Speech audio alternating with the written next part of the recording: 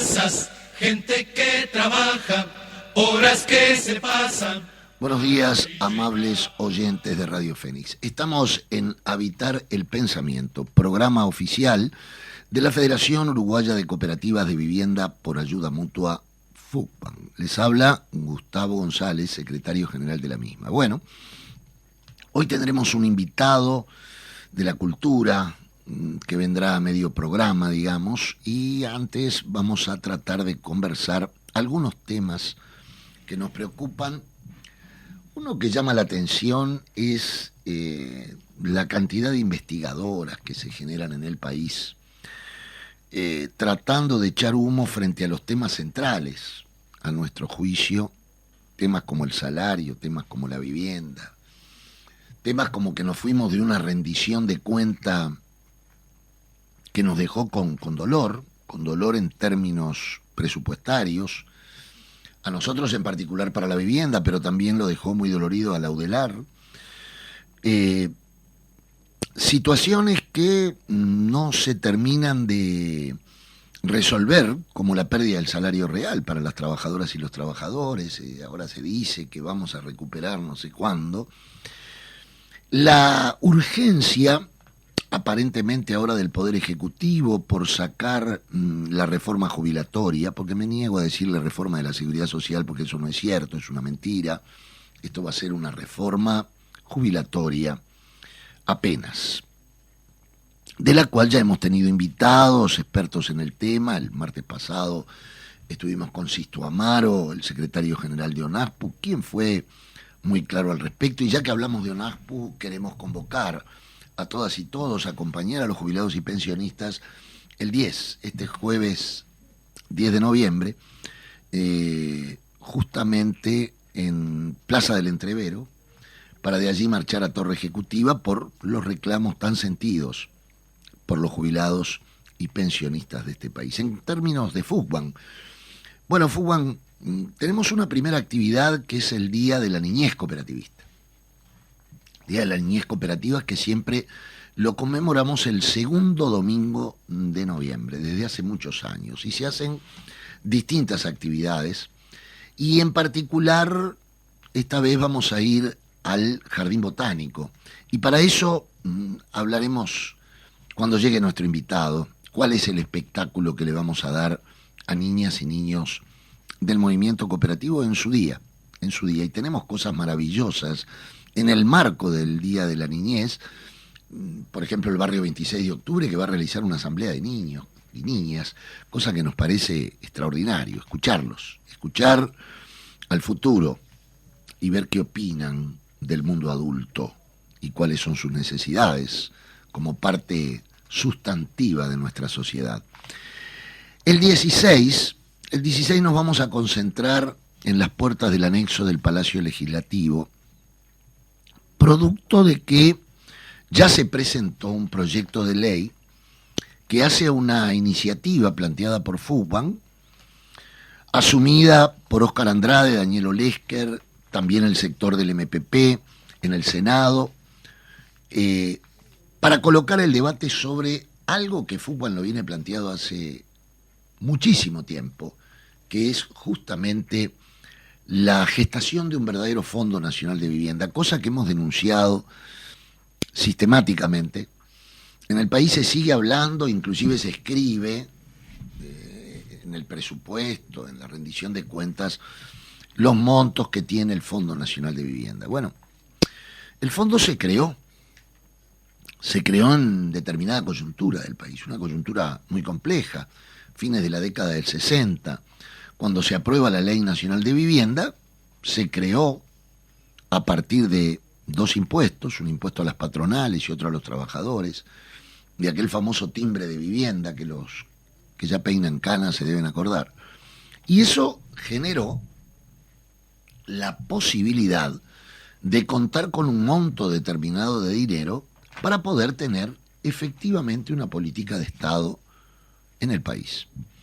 Uno con una política de Estado puede estar de acuerdo, puede estar en contra, pero lo que nadie puede negar es que aquella ley, hasta el día de hoy reconocida no solamente a nivel nacional, sino a nivel internacional, generó instrumentos políticos que hicieron posible contar, y hasta el día de hoy se podría contar, con una política de Estado. Cuando digo política de Estado, sobrepasa lo que es un gobierno, lo que es un periodo de gobierno, como sobrepasó la Ley Nacional de Vivienda, obviamente. Bueno, después, según la voluntad política, quisieron acortarle algunas cosas, trataron de modificar otras, pero en definitiva la ley sigue viva y coleando, pero se aplica no mucho. Y en este caso, en particular, con el monto destinado al Fondo Nacional de Vivienda, hoy se cuenta con los recuperos de quienes pagan, en el caso de los cooperativistas, por ejemplo, de quienes pagamos nuestros préstamos y otros, pero no se cuenta con un flujo de dinero que entre mes a mes a las arcas del Estado, como lo era a partir de aquel impuesto. Nosotros estamos planteando una sobretasa al impuesto al patrimonio, al impuesto a las grandes fortunas. No estamos hablando del que tiene una propiedad, no, estamos hablando de a las grandes fortunas. Y eso generaría un monto de dinero muy interesante. Cuando hicimos el estudio nosotros se trataba más o menos de 130 millones de dólares por año, lo cual no le vendría nada mal al Ministerio de Vivienda, obviamente. Bueno, ahora tenemos la posibilidad. Y el 16 vamos a invitar a que los senadores expongan las bondades de este proyecto. Somos conscientes que debemos de ganar más voluntades para votar esta propuesta, ojalá así sea. Y no decimos ojalá así sea por el bien solamente del movimiento cooperativo, teniendo una idea muy corporativa y particular y puntual, sino del país. Del país. El país necesita una política de Estado que no puede tener, insistimos, si no se cuenta con dinero. Si no se cuenta con dinero. Cada vez le vamos a regalar más el problema de la vivienda al mercado, el cual ya ha demostrado que no lo puede resolver. Al mercado se le han dado todo tipo de prebendas y nunca rebaja el déficit habitacional. Por la sencilla razón que la gente que se encuentra en el llamado déficit habitacional no puede acceder a las propuestas del mercado. Esto nos parece importante tenerlo claro. Todos los fans del mercado querríamos que sepan que no ha rebajado el déficit habitacional en un solo país del mundo el mercado, en un solo país del mundo. Si no hay una intervención fuerte del Estado, no puede resolverse el problema de la vivienda para los que no tienen, para las que no tienen capacidad de ahorro.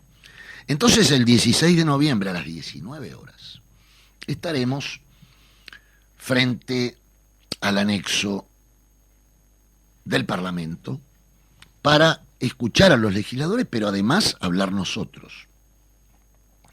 Obviamente que le hemos solicitado audiencia también a senadores del oficialismo, porque para que este proyecto se pueda aprobar, insistimos en algo que quiero reiterar, si no es este, ¿cuál es?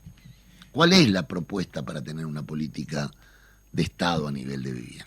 Uno puede discrepar con esta propuesta, por ejemplo, que se diga, no estoy de acuerdo, bueno, pero pongan otra arriba de la mesa.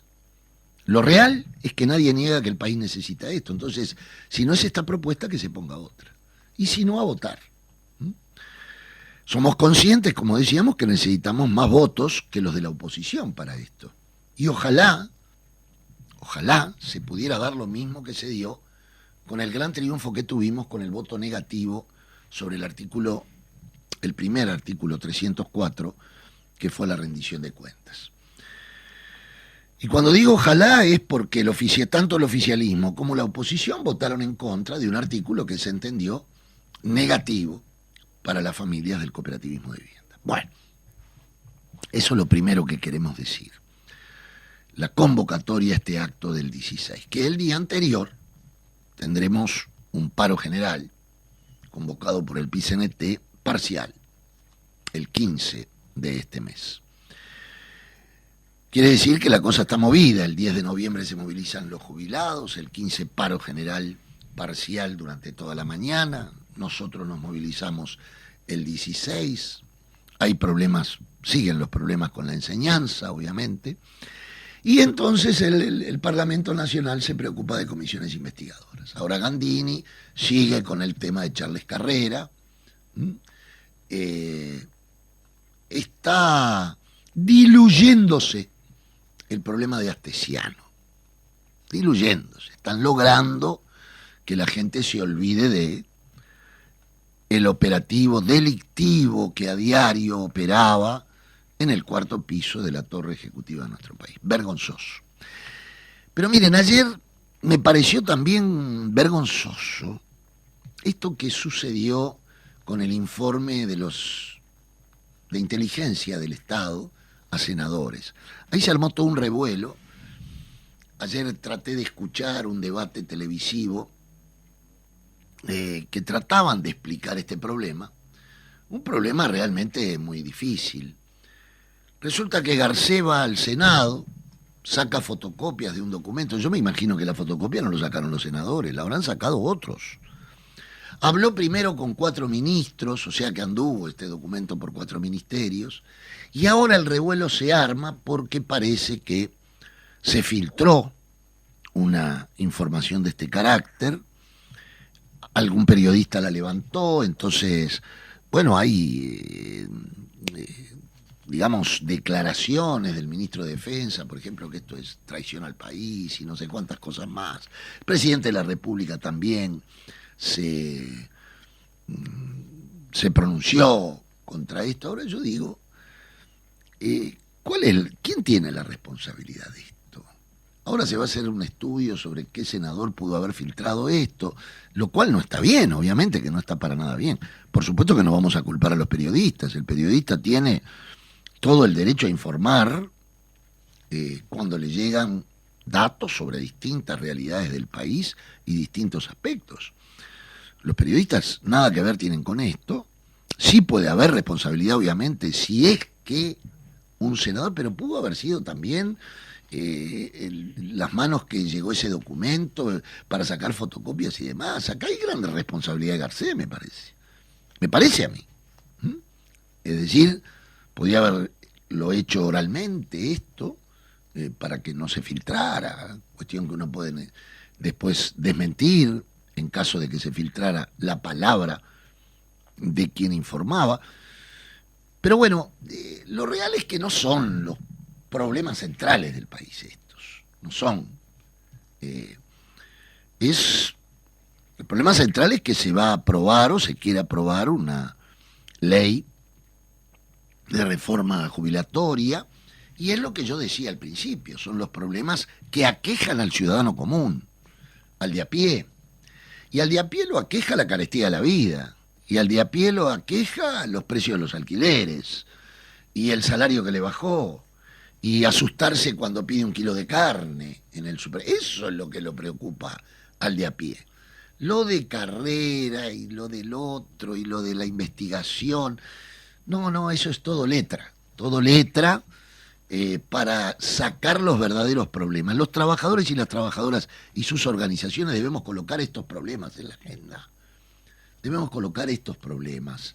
De lo contrario, nos diluimos en la charlatanería, en una suerte de, digamos, tinelización de la política que se quiere hacer, Esto es lo fundamental. Fue como la otra payasada que se le pidió, que se le quiso pedir un juicio político a la intendenta de Montevideo. ¿Y en qué quedó? Eso en nada, porque sabían cuando lo tiraron que era viru, que era todo palabrerío, que no iba a poder llegar a eso. Pero bueno, concitó la atención de la prensa y tapa de algunos diarios sobre que le pedían el juicio político a Carolina Cose, lo cual ya desbarrancó ese planteo porque se sabía de arranque que no se podía. Entonces, esos son los temas que hay que colocar en la agenda. Los problemas que aquejan a la gente realmente, y no esta suerte de, digamos, como insisto, de tinelización de la política que se quiere hacer. Ni hablemos de la innombrable que permanentemente sigue hablando disparates sobre muchas organizaciones. Entonces, resumiendo, tenemos un 16 de noviembre donde vamos a concentrarnos frente al anexo del Palacio Legislativo por los temas centrales de nuestra plataforma y para impulsar el nuevo proyecto de ley que está en debate en el Senado acerca de un verdadero Fondo Nacional de Vivienda.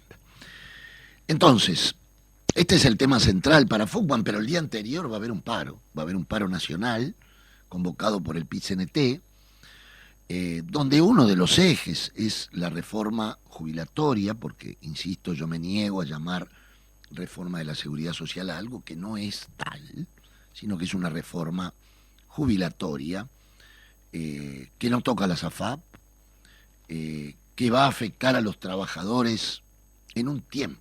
Yo quiero recordar lo que hace poco dijo Sanguinetti. Cuando se vio apretado por un periodista porque ya no tenía contestación frente a algunas preguntas muy inquisitivas del periodista, dijo, bueno, pero no hay que preocuparse tanto porque esto va a empezar a aplicarse dentro de unos cuantos años adelante. Bueno, pero entonces no entiendo a Sanguinetti. Por un lado apuran con la coalición que salga urgente, porque si no se cae a pedazos el Banco de Previsión Social, y por otro lado dice que no hay tanto apuro cuando uno plantea, por ejemplo, como hemos planteado nosotros, que no es justo que uno siga trabajando más años, que queremos tener tiempo para ser abuelos y abuelas, que queremos tiempo como trabajadores y trabajadoras después de 40 años de trabajo, de repente hacer lo que uno no pudo hacer, que quizás quería pintar, quizás quería escribir, o quizás simplemente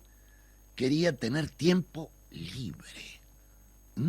Bueno, nosotros queremos tener tiempo libre y no queremos llevar de la mano, cuando llevemos nuestro ataúd, jubilarnos 24 horas antes.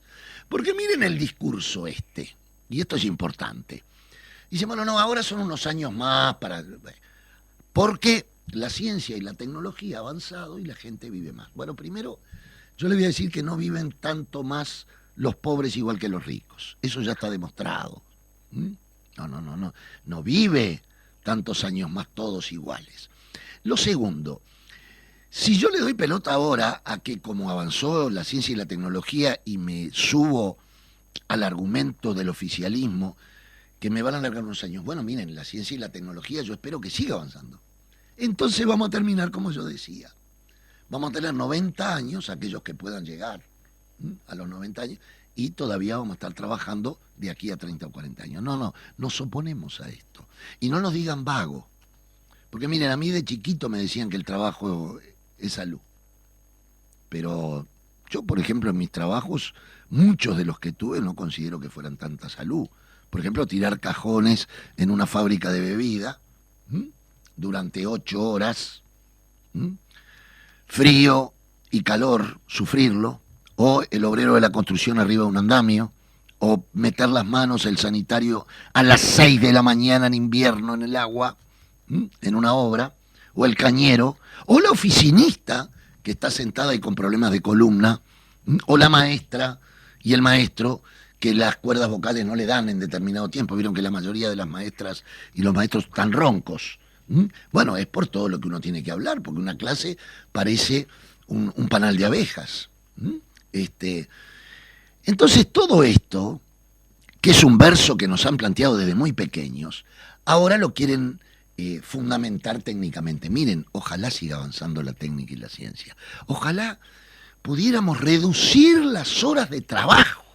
Esto es muy importante. Fíjense, hay problemas de desocupación en el mundo. Si en vez de 8 horas trabajáramos 6, en una fábrica en vez de 3 turnos, habría 4. Podría entrar más gente. Pero por el contrario, en este sistema imperante, cuando la tecnología avanza y produce más, lo único que hace es desplazar al trabajador.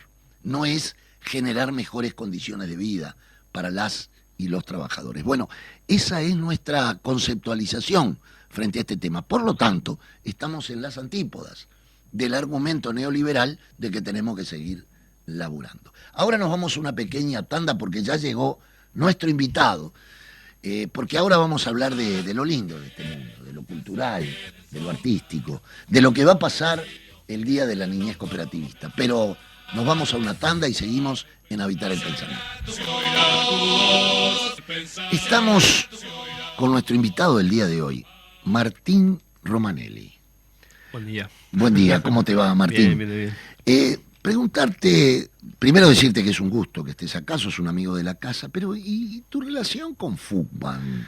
¿Qué tiene que ver la de este artista? Por todos lados, la relación con Fugman. En realidad, mirá, recién te comentaba, la compañera de mi padre, fundadora de una guardería cooperativa en los años 80, maestros destituidos que fueron perseguidos en su momento. Mi padre también, te escuchaba recién atentamente también por lo de las cuerdas vocales de los maestros. Mi padre, desde que lo conozco, tiene la voz rota. Claro. Ahora tiene 76 años, se jubiló después de 35 años y sigue hablando así. Y bueno, ellos son, no solo con Fugman, con el cooperativismo en general, con la forma cooperativa de construir presente, de construir futuro. También trabajé en una cooperativa de vivienda en Covine 8, allá por Zunfelde durante 5 años, con niños y con adultos y jóvenes, también haciendo teatro. Nosotros hacemos teatro con muñecos específicamente, muñecos de gran porte, de hasta 5 metros de altura. Y después, bueno, con la pandemia, después de los primeros 10 días que todo el mundo quedó como paralizado y angustiado, bueno, nosotros vivimos de juntar gente a ver cosas y era lo que no se podía hacer, entonces teníamos unos mangos ahí medio de fondo y llamé al equipo, le dije, voy, si salimos, porque yo veía enfrente de mi casa una abuela de 80 años mirando la vida pasar por la ventana, ¿viste? Sí, horrible. Y me angustiaba, tengo un hijo ahora de 7 años, pero también había hecho su primer semana de adaptación en la escuela y volvió para atrás, y sus amigos, y entonces le dije a los compañeros ahí que era el momento que nosotros teníamos que acompañar al público, que el público siempre nos había ido a ver a nosotros y que era el momento que nosotros teníamos que ir a donde estaba el público. Y empezamos a pararnos frente a edificios con un muñeco, hacíamos una cosita de 7 minutos, la gente miraba por las ventanas. Qué bueno. Muy emocionante, la ciudad vacía, y nosotros, bueno, lagrimeando cada vez que subíamos el flete. Porque era muy angustiante, la verdad, hay mucho miedo en ese momento que no conocíamos mucho lo que estaba pasando. Entonces empezamos a trabajar así, por donde decir, ir a acompañar a la gente, gastando un poco el ahorro que teníamos. De ahí, bueno, los contactamos a ustedes porque yo me acordaba que en la cooperativa esta vivienda donde trabajé había una plaza central y que en los fines de año las muestras las hacíamos ahí, que la gente se arrimaba ahí. Y empezamos a conocer otro Montevideo, ¿viste? Claro. De cooperativa, yo qué sé, allá atrás del cerro, cooperativa allá frente a la terminal de Come, el Malvin, no sé, por donde se les ocurra, en Barrio Sur.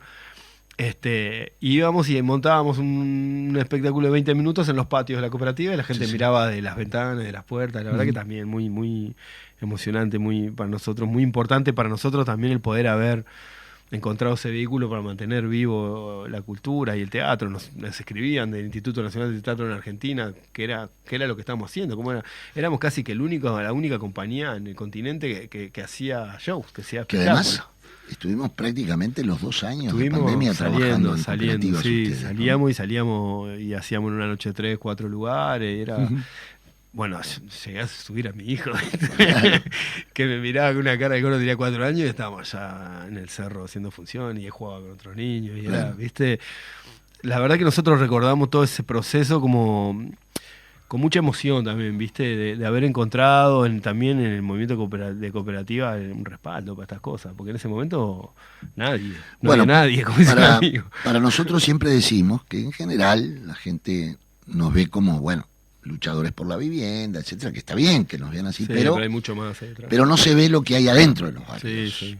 Que eso es muy importante y por eso el impulso que le damos. No, y nosotros, por ejemplo, esos años que yo trabajé en Covine, era muy gracioso porque los chicos hicieron una cooperativa dentro de la cooperativa, que cuidaban los hijos de las parejas que querían salir y que juntaban botella, que cocinaban tuco para los ravioles los domingos para juntar unos mangos para la escenografía, y era una cooperativa artística que se había formado dentro de la cooperativa de vivienda, ¿viste? Entonces era como todo vuelve a adquirir sentido, ¿viste? Porque también esa era una cooperativa que ya tenía muchos años, que la gente que la habitaba, si bien inicialmente siempre hay una cosa muy comunitaria, después, ¿viste?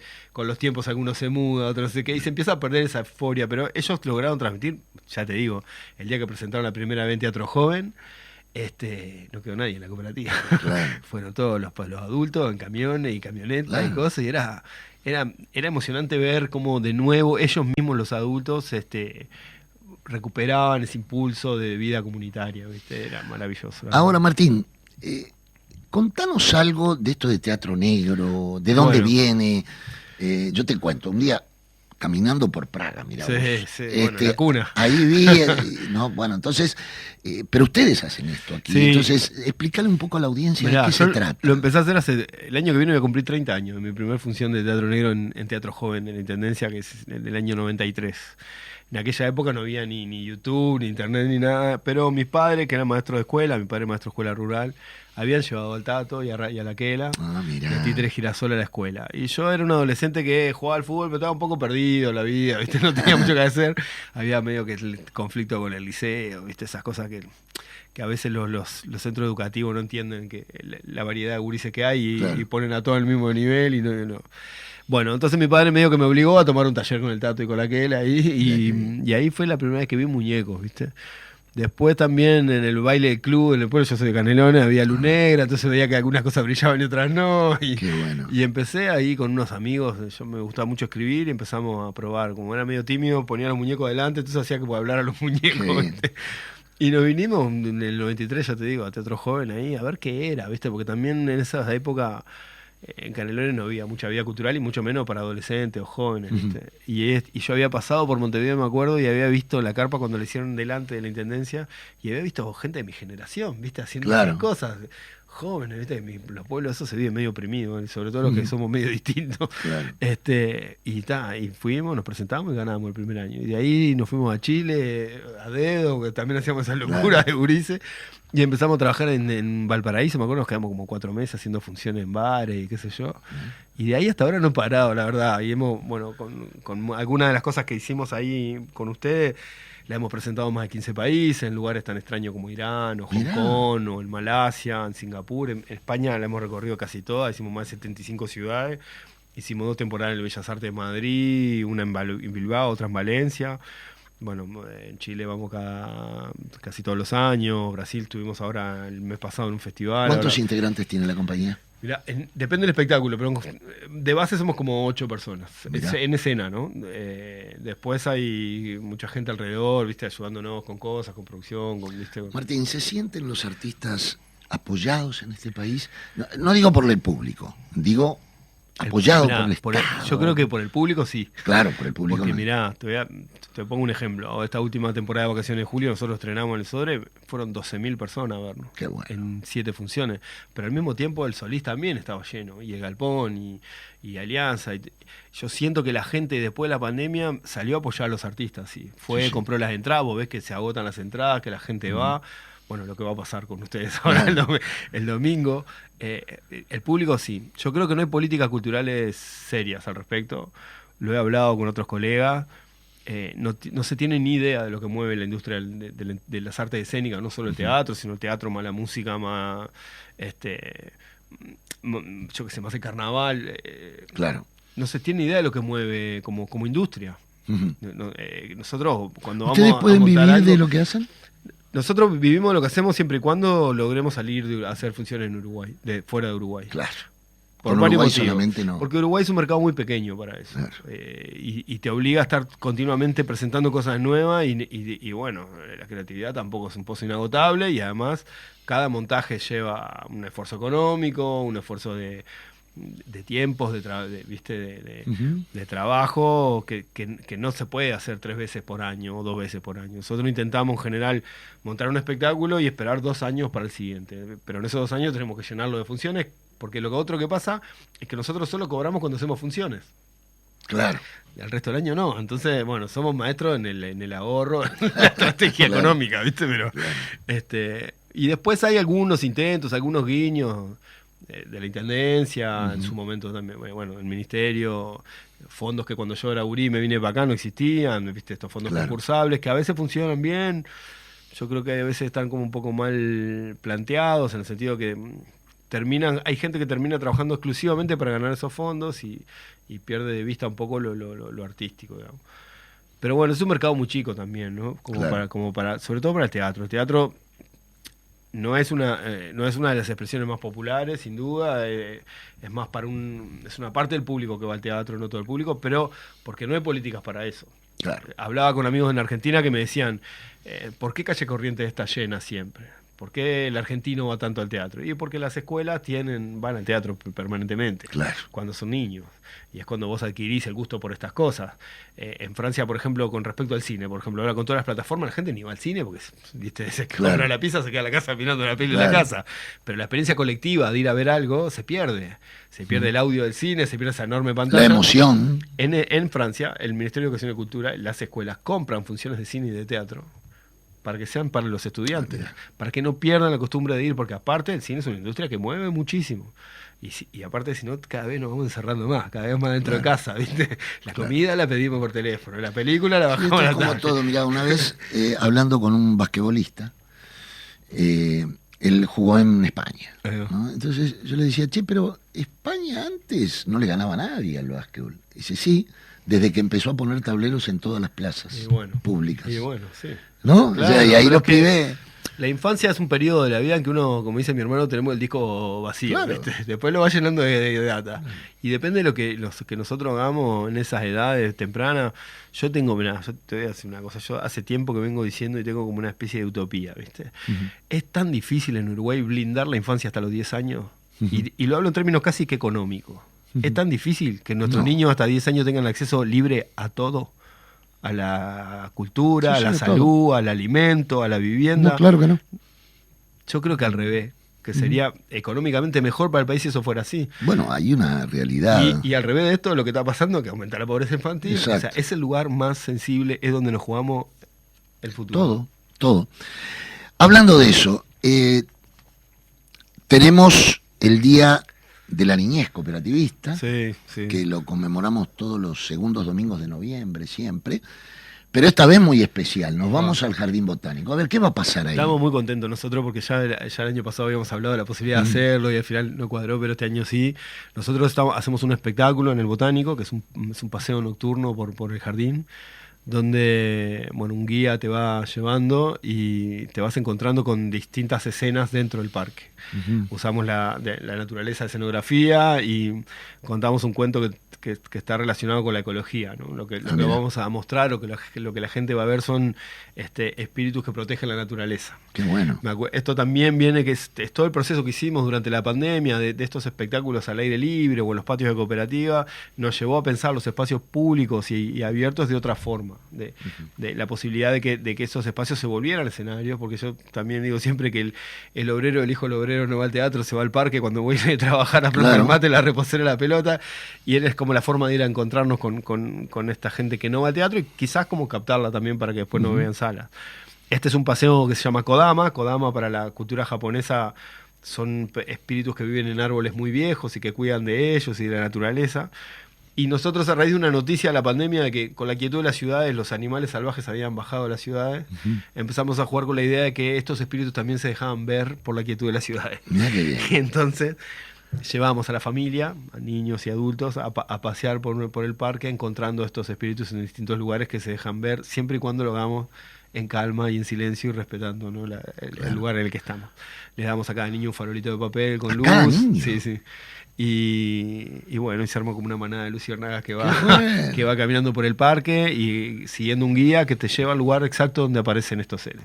Y ahí, bueno, sacamos un ciervo blanco todo de luz, sacamos una muñeca que vuela entre los árboles a 5 metros de altura, Qué un bueno. gigante que sale de un arbusto gateando y mide como 5 metros de alto también, un dragón que persigue una fruta que cuando la muerde desaparece. Bueno, jugamos un poco ahí con la fantasía de estos seres, pero previo el guía te cuenta qué es lo que protege, ¿no? Uno protege los cauces de agua y el agua potable, otro las plantas más pequeñas, otro los pastitos, otros cuida los árboles más grandes.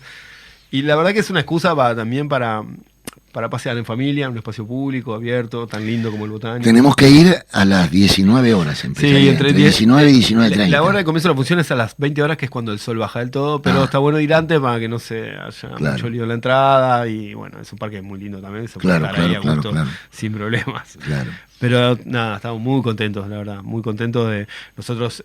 Después iniciamos una serie de funciones ahí, ya el año pasado estuvimos en el Botánico, y es la verdad que es bien diferente a ir al teatro.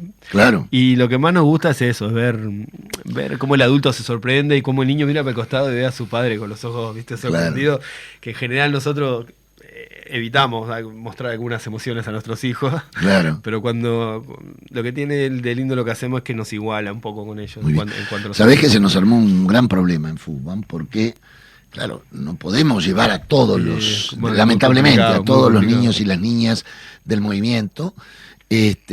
Entonces, bueno, dijimos, es como todo espectáculo, cuando se llega a Claro, hay una forma entradas, también, claro, porque esa es otra cosa. Tratamos de que es un espectáculo que trata de cuidar el lugar donde estamos, entonces Claro. meter muchísima gente ahí, hacemos viste, todo el mundo arriba de los pastos, las plantas, qué sé Claro. yo.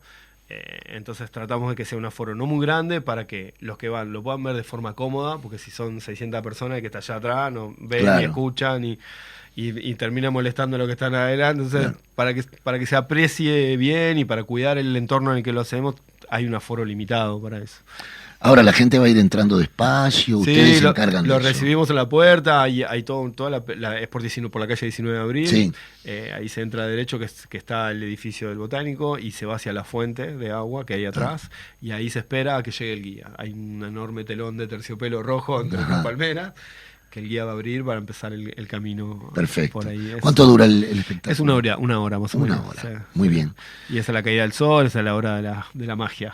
Claro. ¿Qué les dejó a los artistas el conocer tantas cooperativas? Mirá, para nosotros... ¿Ustedes tenían idea de eso? No, ni Claro. idea. Ni idea y lugares grandes. Yo quedé muy sorprendido con lo ahí frente a Come, a la terminal de Come. Hay casi una ciudad de Ah, cooperativas. sí, ahí. claro. Quedé muy sorprendido realmente.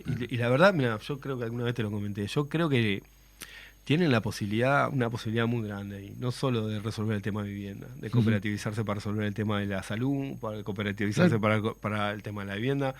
Yo lo digo en broma, pero no tanto, que hasta podrían tener hasta una moneda propia, porque de verdad la cantidad de población que hay, el poder comprar los alimentos de forma conjunta. Bueno, eso lo hemos hecho Se durante puede, mucho viste, tiempo. claro. Teníamos clubes de compra, bueno, policlínicas, en fin. Y ahora estamos, la otra vez, un artista también, me decía que él está yendo mucho también a las cooperativas, y me decía que él no conocía las cooperativas. Sí. Y dice, ¿ustedes no se han dado cuenta todavía que tienen más de 100 teatros populares? Bueno. ¿No? Tiene salones comunales. No, pero además hay una cosa, sobre todo, que es muy bonita, y es como el ambiente familiar, ¿viste? Claro. La cantidad de niños corriendo libres. Que eso Sí. es, yo te diría que a nivel urbano es el único lugar donde Sí. ocurre. Sí. O sea, vos en una cooperativa, yo esto lo viví en Covini 8, lo viví en Canelones, en Cobanca, que también es una cooperativa muy antigua, Sí, donde claro. hay todavía Cobanca muchos amigos, uno, sí. amigos viviendo ahí. Tu niño sale y juega dentro de la Sí, cooperativa. y si sale un cuidado, poco y Juan ya sabe que es y el hijo de Gustavo. Claro, y eso es para mí, es un valor supremo. Yo lo empecé a ver un poco a raíz de ser padre, de esa libertad de los niños, Claro. ¿viste? De, yo qué sé, de la barrita de la cooperativa, jugando Sí, a la sí, pelota, construyendo cosas, Bueno, mis hijos, tomando clases. el mayor, ya tiene 40 años, obviamente, nació en la cooperativa y él dice que, bueno, después la vida lo llevó a que no viva en una cooperativa. Sí, pero... Y él dice que extraña Y claro. totalmente esa familiaridad. Mira, es casi como la vida de pueblo, ¿viste? Claro. Ver cuando sacan la reposera para afuera, se ponen a tomar mate, Sí, mirando sí, a los sí. gurises jugando al fútbol, Sí. o cómo también, bueno, porque también eso se traslada a otros aspectos de la vida, ¿viste? La ayuda, eso, tenés una emergencia, el vecino está cerca y te conoce. Y, Sin duda. no sé, es otra forma, es una forma de vida, básicamente. Claro. Y nosotros lo hablamos entre nosotros, con los gurises del grupo, incluso con amigos, con familia, de que de verdad es uno de los lugares donde nuestros hijos pueden crecer más libres. Exacto. Porque no necesitan. A mí me pasaba porque crecí en el campo, entonces mi Claro. padre abría la puerta y Salía, mi patio terminaba en claro, el horizonte. claro. ¿viste? Y tengo 3 hermanos y íbamos al monte a jugar, qué sé yo. Claro. Esa libertad mi hijo no la va a poder tener nunca. Mi hijo no puede ir ni a una placita sin mí. Claro, ¿viste? claro. Pero en una cooperativa yo lo veía en Covine, que los gurises Sí, sí. llegaban de la escuela, tiraban la túnica. Tranquilo, a salir iban a al jugar, campito, a claro. jugar a la pelota. Sí. Y se mezclan artesanalmente, que también está bueno. Hay un entramado ahí social que es súper interesante. Una pregunta, Martín, para ir finalizando. ¿La compañía qué perspectivas tiene? Bueno, ¿cuáles tareas tienen de acá a fin de año? Terminamos nosotros después de la función con ustedes hacemos 6 funciones más ahí en el Botánico, pero ya público abierto, con venta de entrada, qué sé yo. Terminamos el 1 de diciembre con una función de devolución social a la Intendencia. Y de ahí nos vamos el 8 a Paraguay, hacemos una gira en Paraguay, dentro de Paraguay, en el interior, que es la primera vez que vamos a ir, que estoy como con muchas ganas porque conozco solo Asunción y vamos esta vez a Ciudad del Este, a Encarnación, a Villarrica, que son 4 ciudades, y nos volvemos, llegamos el 18 acá. Después en enero creo que nos toca ir a hacer la temporada Punta del Este, ahí con funciones, nos queda otra. Capaz hablan con nosotros y van a Paraguay porque sabes que nosotros tenemos un desarrollo importante de cooperativas de vivienda en Paraguay. Sobre todo en Itá, que es una ciudad dormitorio cerquita de Asunción, tenemos un barrio muy grande, el barrio Aveiro Itá, que tiene salón comunal hermoso y todo, y que de repente pueden coordinar. Sería buenísimo. Ahí después charlamos un poco de porque puede estar interesante. Sí. Entonces tienen actividades hasta fin de año. Sí, después ya, bueno, el vacaciones de julio del año que viene ya sabemos que volvemos otra vez al Sodre, que hicimos un espectáculo este año con la orquesta juvenil. La verdad que impresionante, 45 músicos y sobre todo jóvenes, estudiantes. ¿En verano qué hacen acá? En verano vamos a Punta del Este en enero y no sabemos si en febrero, si volvemos al Botánico, porque hay una posibilidad de ir a Chile que se está negociando, así que veremos. Chile es un país al que nosotros vamos muy seguido desde hace muchos años y tenemos ahí un público interesante. Pero bueno, estamos siempre, el trabajo nuestro, además de lo artístico, es ir, viste, peleando y negociando y viendo y para dónde y generando estrategias de trabajo, porque está eso. Una pregunta que me hacían varios padres que van a acompañar, hay cooperativas que se han organizado que llevan 20 gurises, por decir algo, ¿no? La idea de ese camino por en el espectáculo, van los niños adelante. Ahí lo que sí priorizamos es que se sientan delante. Después, durante el traslado de una escena a otra, pueden ir como quieren. No, siempre en el camino y no alejarse mucho, porque también es de noche. Es en el parque. Pero sí, es más, el guía cada poco repite como un mantra: cuidemos a los niños, y no lo dice solo por la función. Y la salida, me preguntan los padres, ¿por dónde es? ¿Es de vuelta por 19 de abril? Sí, porque el parque se cierra la noche. Y bueno, la otra, en realidad todo el recorrido está hacia la calle 19 de abril, está más bien en el centro del parque, pero está habilitada la entrada y salida por 19 de abril. Perfecto. Martín, muchísimas gracias por haber venido. Vamos a escuchar, Federico, un poquito Casas de Cartón, como la otra vez, y después volvemos para cerrar con la editorial.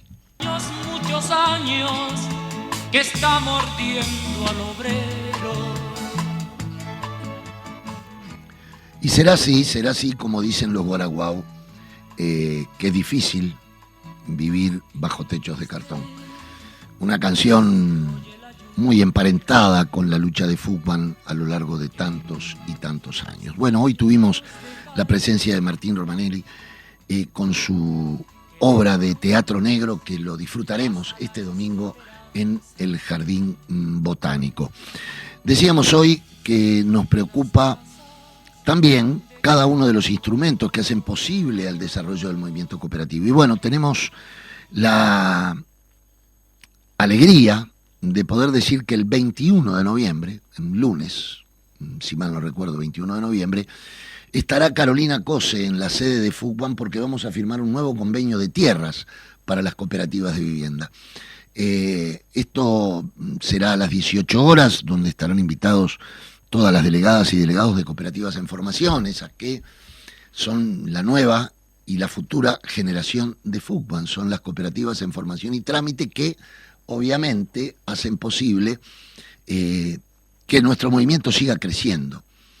En ese marco es que la cartera de tierras lograda en el año 90 con la Intendencia de Montevideo y con otras intendencias luego que se contagiaron de generar este instrumento a través de las intendencias, es que se crece porque sin suelo no se puede construir. Entonces, el 21 tendremos a la presencia de la Intendenta de Montevideo en la sede de Fugman para firmar un nuevo convenio de esa cartera de tierras. También esperamos, y hemos tenido una muy buena reunión con el director nacional de vivienda, el cual confirma prácticamente que se llegará a un acuerdo con el 2% para todas las cooperativas en el mes de diciembre. Cuestión fundamental para nosotros. Hablaremos de eso el 16, que nos veremos frente al anexo del Palacio Legislativo. En otro orden de cosas, también decir que se va a lanzar un libro muy importante generado por la historiadora feminista Graciela Saprissa, una extraordinaria historiadora de nuestro país, que junto a y por iniciativa de la área de género de FUCBAN hacen un libro de la memoria de las mujeres cooperativistas en el periodo de la dictadura. Esto se hará 2 lanzamientos primarios este año, uno se hará en Mesa 2, en el barrio de Peñarol, y otro en Zona 3, en Avenida Bolivia 2551, La Cruz de Carrasco, Zona 3 del José Pedro Varela. ¿Por qué? Porque las compañeras que justamente son las protagonistas centrales del libro viven allí, viven en esas cooperativas y allí vivieron la época de la dictadura y cuentan el rol jugado por las mujeres fundamental en aquel periodo tan gris para la historia del país, que lamentablemente algunos aún hoy reivindican, lamentablemente. Lo que es la pérdida de la libertad, aquello de que el otro día una joven me decía, pero eso era cierto, aquello de que teníamos categorías de ciudadanos, la categoría A, B o C. Si eras demócrata, según las Fuerzas Armadas, tenías la categoría A. Si desconfiaban de ti, tenías la B. Y si te ponían la C, andate del país, porque trabajo no ibas a conseguir ni en la industria privada, y además si habías sido empleado público te habían destituido. Llegar a eso, llegar a prohibir leer Perico de Morosoli, no poder escuchar la música que te gustaba, porque era peligroso tener un cassette de Joan Manuel Serrat, por ejemplo. Podía ser sindicado como subversivo. Ser destituido de tu trabajo por pensar distinto. No poder comprar ni leer la literatura que a ti te gustara. Por ejemplo, Federico García Lorca era peligroso. Fíjense las barbaridades que cometen la dictadura si hoy tenemos acólitos a ella. Gente que dice, lo que se necesita es la mano dura. Eso era la mano dura. Era estar enrejado un país y vivir mintiendo. Vivir mintiendo quién eras, qué pensabas, qué querías, qué decías. Entonces, este libro recobra la memoria de heroicas mujeres de nuestro movimiento que supieron estar a la altura de los acontecimientos que el país requería. Bueno, ya estamos llegando al fin de Habitar el Pensamiento. Hoy fue bastante movido, hablamos de varios temas, tuvimos a Martín Romanoli aquí con su espectáculo extraordinario de teatro negro, que lo impulsan desde hace muchos años y que tienen un convenio con FUCBAN, que como él mismo contaba, durante toda la pandemia pudieron actuar y hacer posible que la cultura llegara a nuestros barrios aún en el encierro del COVID. Nos veremos el próximo martes en Habitar el Pensamiento. Próximo martes que estaremos muy cerquita de la actividad del 16, y creo que el martes es 15, ¿no, Federico? Creo que sí, y será el Día del Paro, donde seguramente invitaremos a algún dirigente sindical para comentar qué está pasando ese día en el Uruguay del hoy, del mañana y el de siempre. Por eso, Habitar el Pensamiento, próximo martes a las 10 de la mañana, como todos los martes en Radio Fénix. Salud para todos y seguimos adelante.